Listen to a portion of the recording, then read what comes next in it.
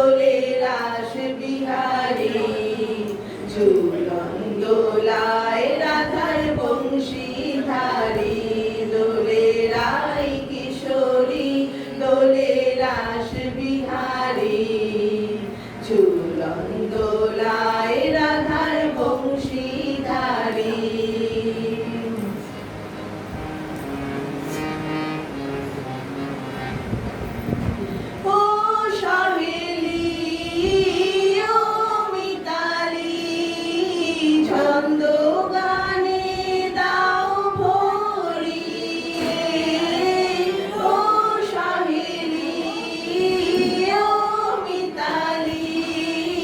ছন্দ গানে দাও ভরিয়ে,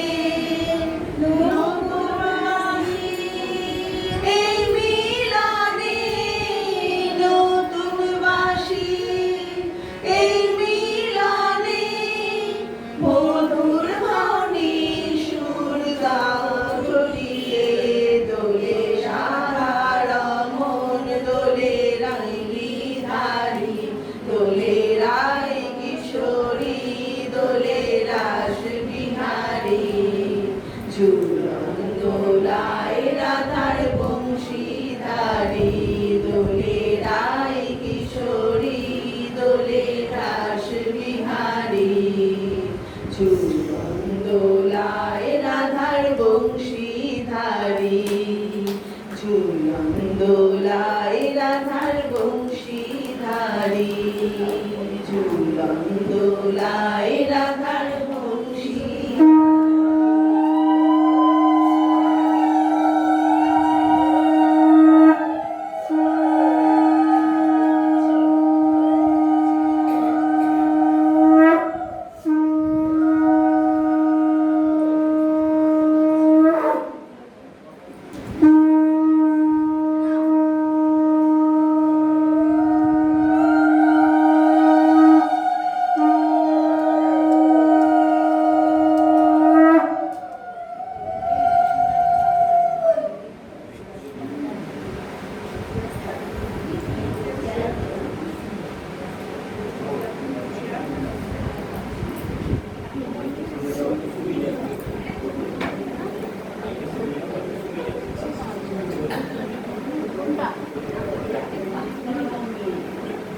দেখে যাও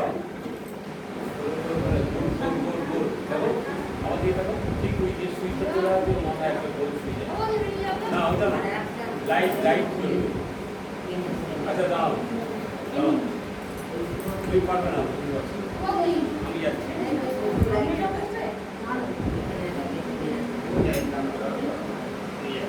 দেখিয়ে দিন আজকে দেখিয়ে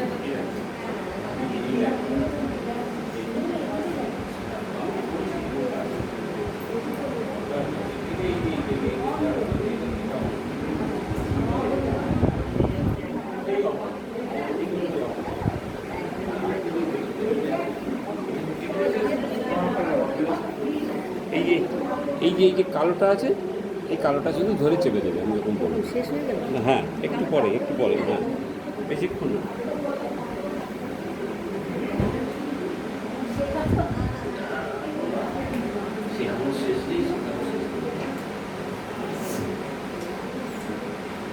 হরে কৃষ্ণ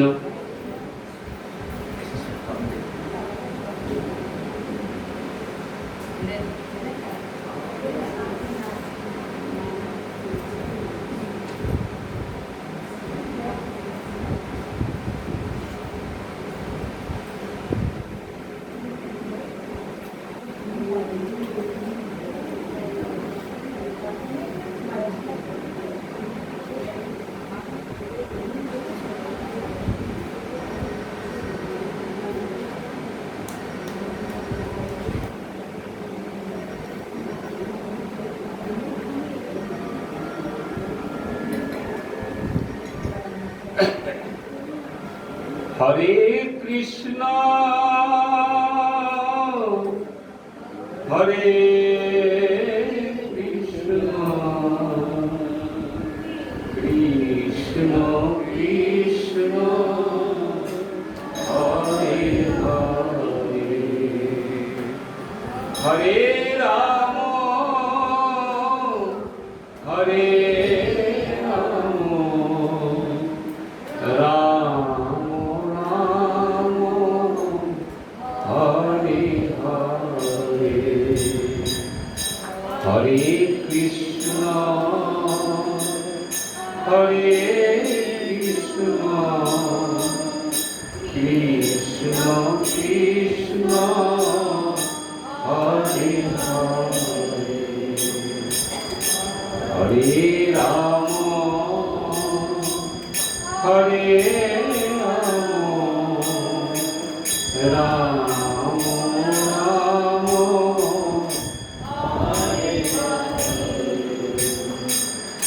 হরে কৃষ্ণ হরে কৃষ্ণ কৃষ্ণ কৃষ্ণ হরে হরে হরে রাম হরে রাম রাম রাম হরে হরে হরে কৃষ্ণ হরে কৃষ্ণ কৃষ্ণ কৃষ্ণ হরে হরে হরে রাম হরে রাম রাম রাম হরে হরে হরে কৃষ্ণ হরে কৃষ্ণ কৃষ্ণ কৃষ্ণ হরে হরে হরে রাম হরে রাম রাম রাম হরে হরে হরে কৃষ্ণ হরে কৃষ্ণ কৃষ্ণ কৃষ্ণ হরে হরে হরে রাম হরে রাম রাম রাম হরে হরে হরে কৃষ্ণ হরে কৃষ্ণ কৃষ্ণ কৃষ্ণ হরে হরে হরে রাম হরে রাম রাম রাম হরে হরে একাদশী তিথি কি? আজকের একাদশীর নাম কি? হ্যাঁ, ঝুলন একাদশী। আজকের একাদশীর নাম কি? পবিত্রা রূপিণী একাদশী। ঝুলন একাদশী হয় না।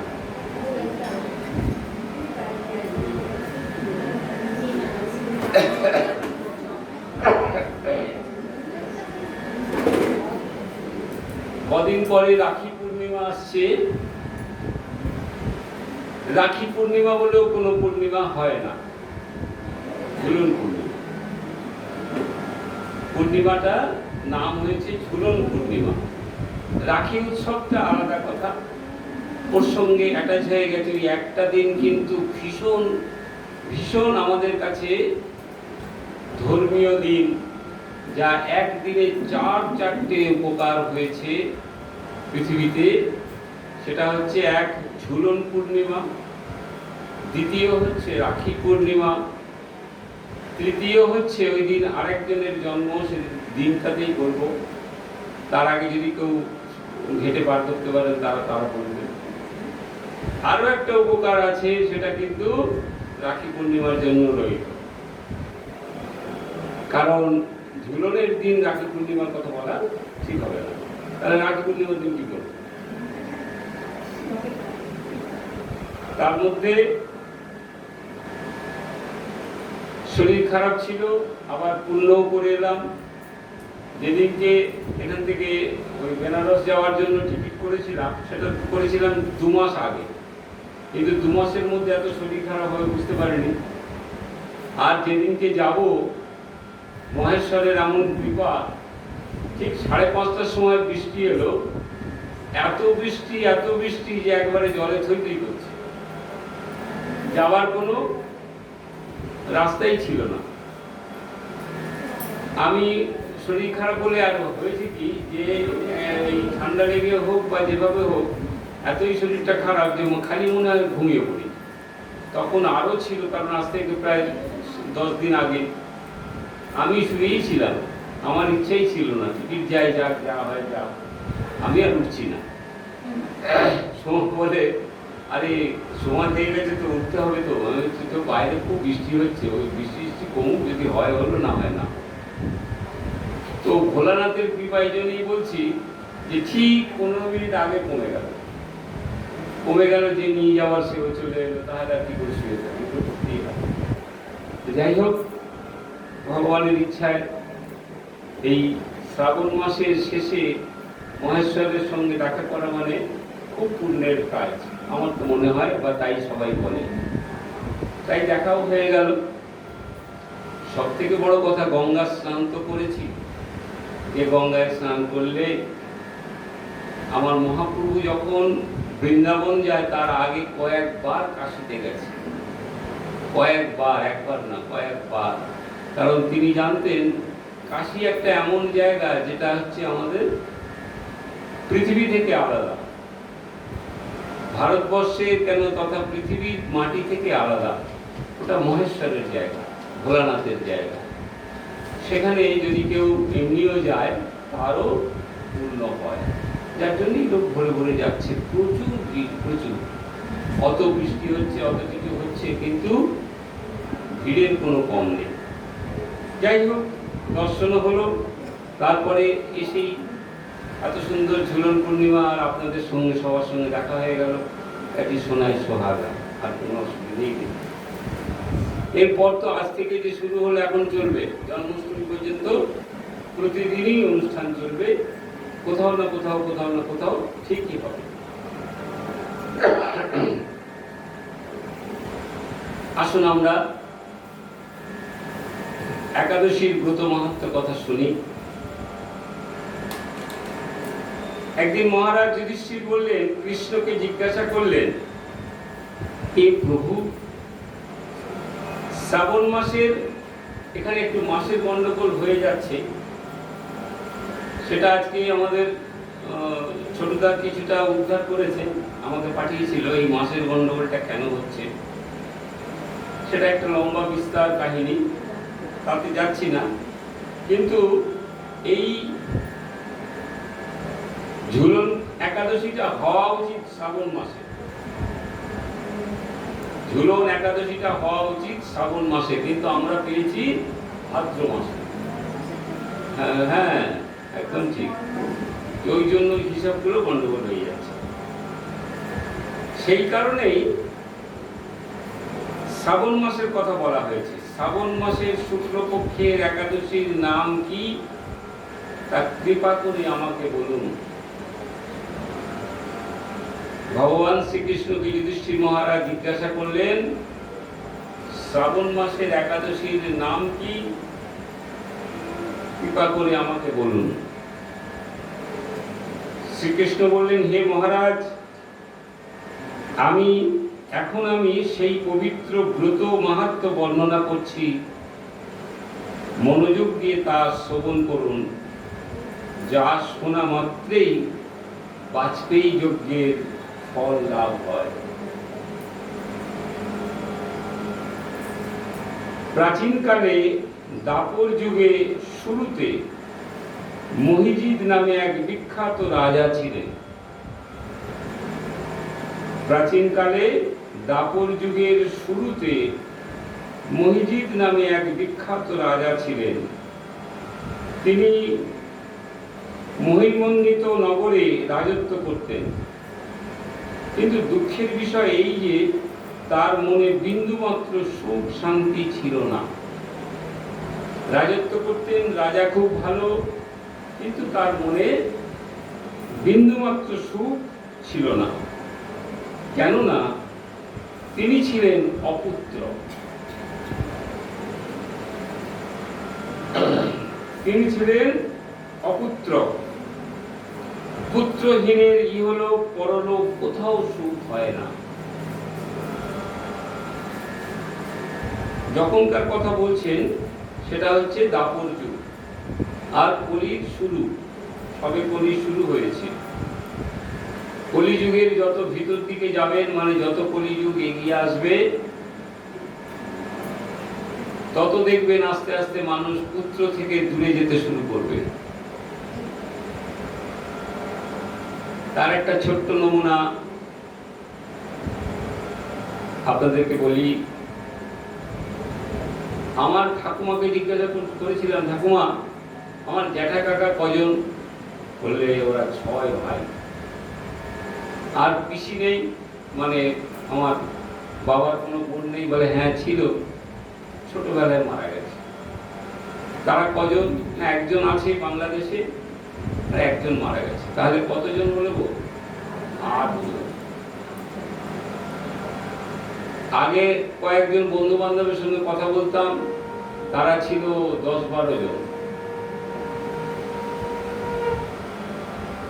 আস্তে আস্তে আস্তে আস্তে যত কলিযুগ এগিয়ে আসছে, তত দেখবেন পুত্র সন্তান, বিশেষ করে আমাদের মতো বাঙালি, আস্তে আস্তে আস্তে আস্তে নিঃসন্তানের দিকে চলে যাচ্ছে। আমারই তো একটা মাত্র ছেলে, ছোটদার একটা মাত্র ছেলে। এই যে একটা ছেলে, এতে এতে ভবিষ্যৎ কিন্তু ভালো না, মোটেও ভালো না। আমরা তখন যখন ছোট ছিলাম তখন এসব বুঝতাম না, চিন্তা করেছিলাম কখন স্কুলে নিয়ে যাবো, কি করে লেখাপড়া শেখাবো, কত ঝামেলা, কত কিছু। বাবা একটা ছেলেই ঠিক আছে। কিন্তু একবার চিন্তা করে দেখেছেন, একজন সন্তান সে যদি কোনোদিন কোনো অসুবিধার মধ্যে পড়ে, যখন তার পিতা থাকবে না, তখন কিন্তু অসহায়, একেবারেই অসহায়। তাকে দেখার জন্য বাইরে কোনো বন্ধু বান্ধব আসবে না,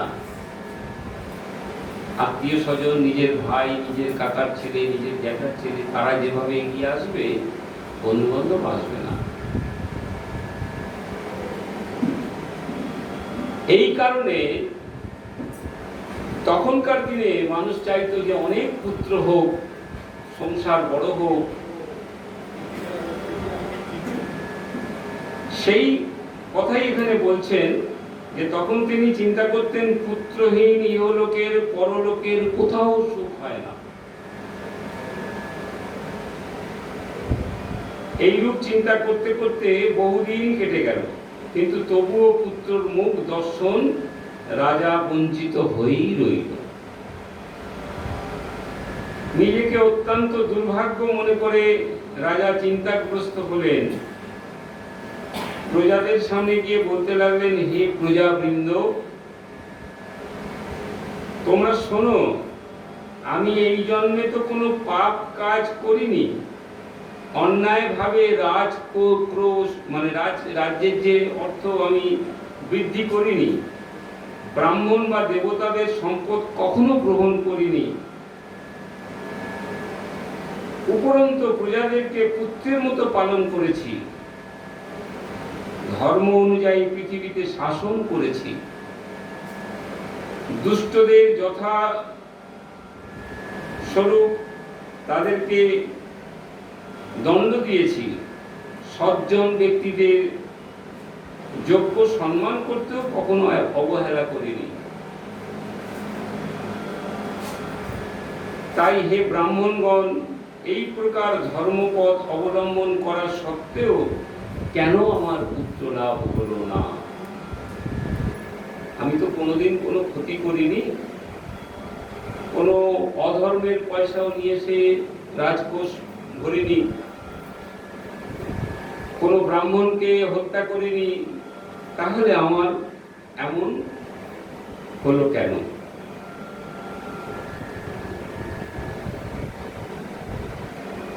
এই প্রকার ধর্মপথ অবলম্বন করা সত্ত্বেও কেন আমার পুত্র লাভ হলো না?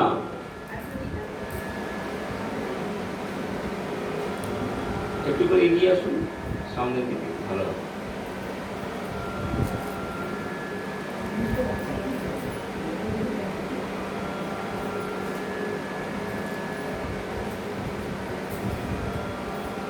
আপনারা যদি জানেন তা আমাকে কৃপা করে বলুন।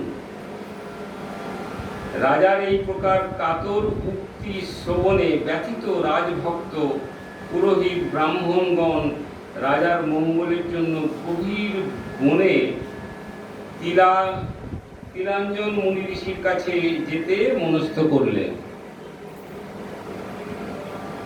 বনের মধ্যে ঋষিদের আশ্রম সকলে দেখতে দেখতে তারা এক মুনির সন্ধান পেলেন। জানবে বলে তারা এক মুনির সন্ধান পেলেন। তিনি দীর্ঘায়ু, বহুদিনের পুরনো, বহু বয়স হয়ে গেছে, নীরব, কোনো রোগ নেই,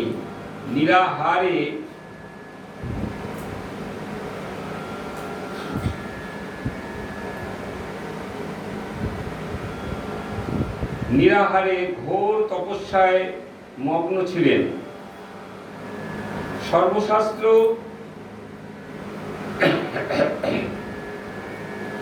সর্বশাস্ত্র বিশারদ, ধর্মতজ্ঞ ও ত্রিকালজ্ঞ সেই মহামুনি নাম ছিল কি জানেন? লোমশ মুনি। নাম ছিল লোমশ মুনি। ব্রহ্মার এক কল্প অতিবাহিত হলে মুনিবরের গায়ে একটি লোম পরিত্যক্ত হতো। ব্রহ্মার এক কল্প মানে ব্রহ্মার একদিন শেষ হলে তার গায়ের একটি লোম খসে পড়ত। ব্রহ্মার একদিন মানে কত জানেন? কয়েক যুগ, ওর হিসাব বিরাট। এই কারণে এই মহামুনির নাম লোমশ মুনি। তাকে দেখে সকলেই ধন্য হতেন। দিদি আপনি এখানটা বুঝতে পারেন, ওই তৈরি সামনে। হ্যাঁ হ্যাঁ হ্যাঁ, দেখতেও ভালো বলেন। আর উঠতে হবে সব তো হাঁটুলো। কালকে পরশু দিনে ওই আমাদের প্রহ্লাদ দাদার বাড়িতে আমার কীর্তন ছিল, জানেন? সেই কিছুক্ষণ কীর্তন হয়েছে, তারপর থেকে সব খুব মুখ বেজার করে ছোট্ট এইরকম একটা জায়গা। আমি বললাম যে জানেন এই হাঁটু কেন যে এই গন্ডগোল করছে কে জানে, ভগবান হাঁটুটাকে ঠিক করে দিতে পারে।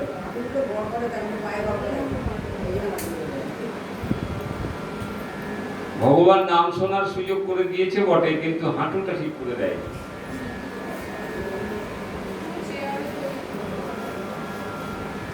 সবাই চেয়ারে করে দিলে ভালো হয়। হ্যাঁ, না এটাও একটা মজার ব্যাপার জানেন। এক জায়গায় ভাগবত শুনতে গেছি, আমাকে নিমন্ত্রণ দিয়েছে। ভাগবত খুঁজে পাচ্ছি না, ভাগবতের কথা শোনা যাচ্ছে কিন্তু যিনি ভাগবত পাঠক তাকে দেখা যাচ্ছে না। কেন? সামনে থেকে সব chair chair chair chair chair, আর যিনি ভাগবত পাঠ করছে তিনি ওইখানে। মহাপ্রভু বললেন যে দেখো গো, হরি কথা, ভাগবত কথা, যখন ভাগবত শুধু তাই নয়, নৈমিষারণ্যে যখন ভাগবত হয়েছিল ৮৬,০০০ মুনি ঋষিরা কিন্তু সব মাটিতে বসে শুনেছিলেন। তাদের জন্য কোনো চেয়ার ব্যবস্থা ছিল না, তখন চেয়ার ছিলই না, তো আসবে করতে। আরেকটি দিয়ে কেন সবাই গান দিতে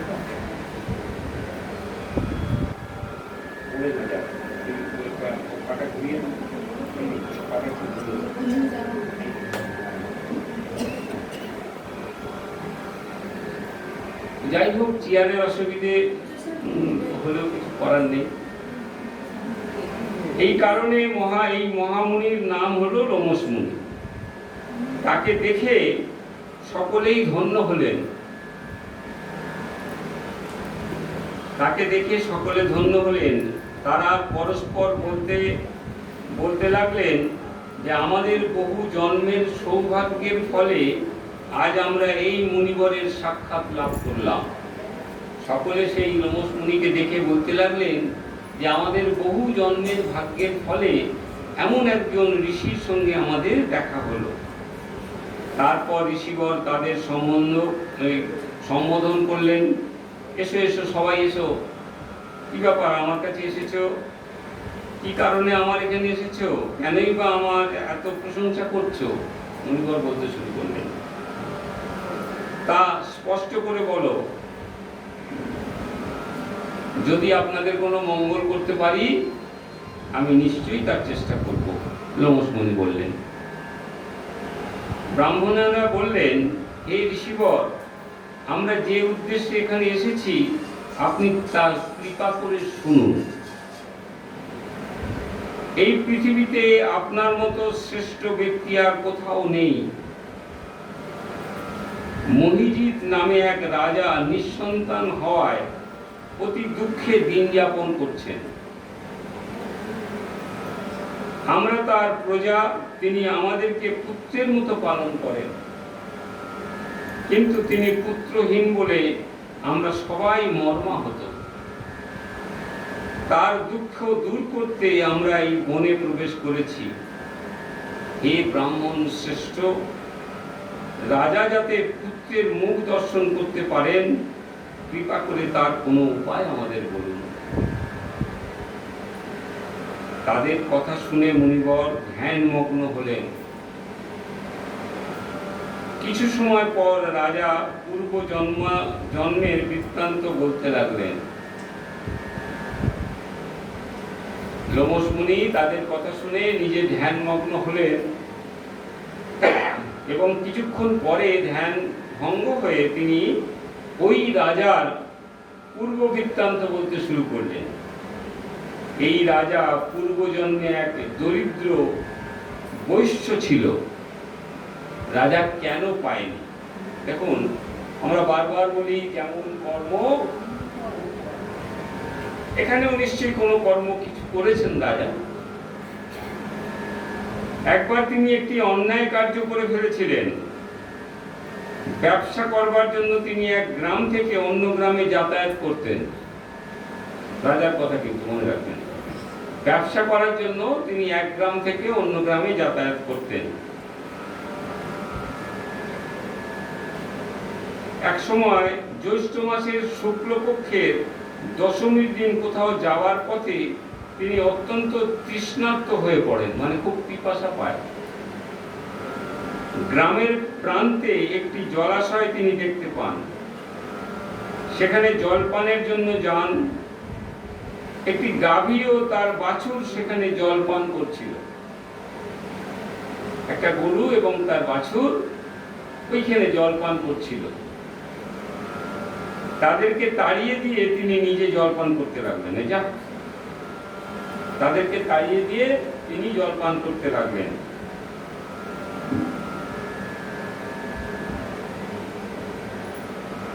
এই পাপ কর্মের ফলে তিনি পুত্র সুখ থেকে বঞ্চিত হয়েছেন। দেখুন, কত ছোট ছোট পাপে কত বড় অপরাধ হয়ে যায়। তার কাছে কিন্তু সত্যি এটা আমরা অনেক সময় যাই না, রাস্তা দিয়ে যেতে যেতে যদি দেখি কোনো এরকম জল পিপাসা পেয়েছে, কলের কাছে গিয়ে জল খাবো, সেখানে দেখছি গরু দাঁড়িয়ে আছে, আমরা কি করব? এটাই স্বাভাবিক, কিন্তু তাতেও পাপ হয়।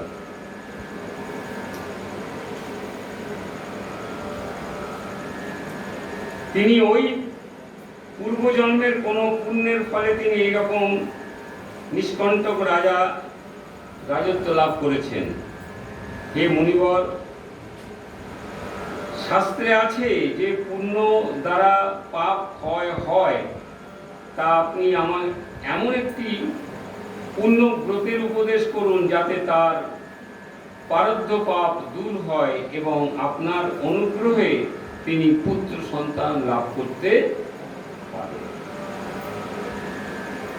লোমশ মুনি বললেন, শ্রাবণ মাসের শুক্লপক্ষের পবিত্র রূপিণী একাদশী ব্রত অভীষ্ট ফল প্রদান করে।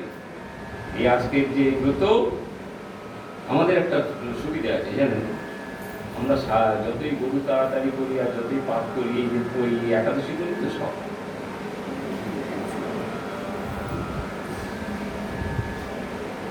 কালকে থেকে আমরা বেশি করে অত্যাচার করব আর একাদশী করব।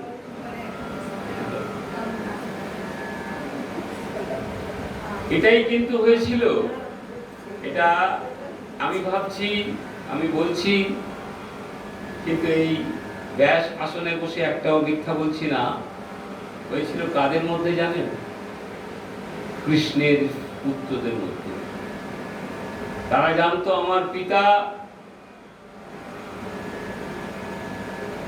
এত মানুষের উদ্ধার করে দিয়েছে, আমাদের চিন্তা কিসের? আমরা যা খুশি তাই করব। পিতাও বুঝতে পেরেছিলেন, কৃষ্ণ নিজে বুঝতে পেরেছিলেন।